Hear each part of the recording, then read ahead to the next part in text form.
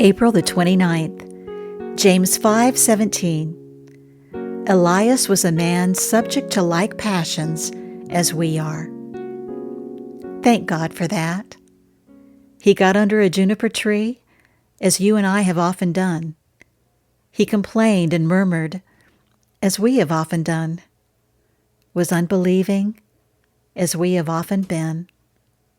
But that was not the case when he really got into touch with God.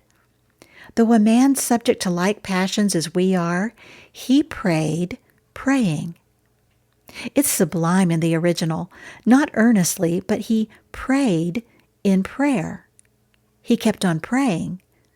What's the lesson here? You must keep praying. Come up on the top of Carmel and see that remarkable parable of faith and sight. It was not the descent of the fire that now was necessary, but the descent of the flood. And the man that can command the fire can command the flood by the same means and methods. We're told that he bowed himself to the ground with his face between his knees. That is, shutting out all sights and sounds, he was putting himself in a position where, beneath his mantle, he could neither see nor hear what was going forward.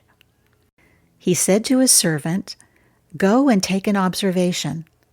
He went and came back and said, how sublimely brief, one word, nothing.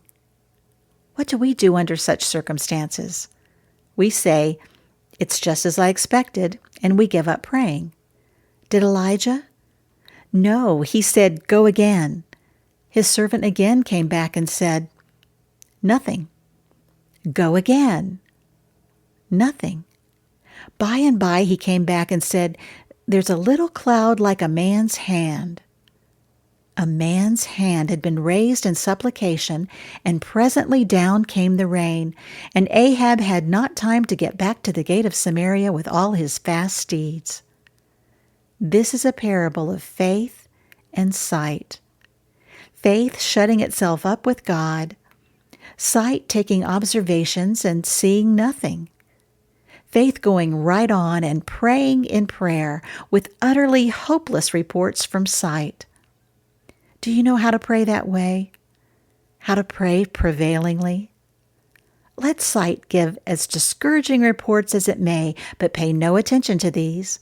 The living God is still in the heavens, and even to delay is part of his goodness.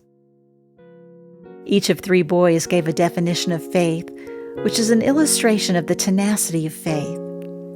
The first boy said, "It's taking hold of Christ." The second, "Keeping hold."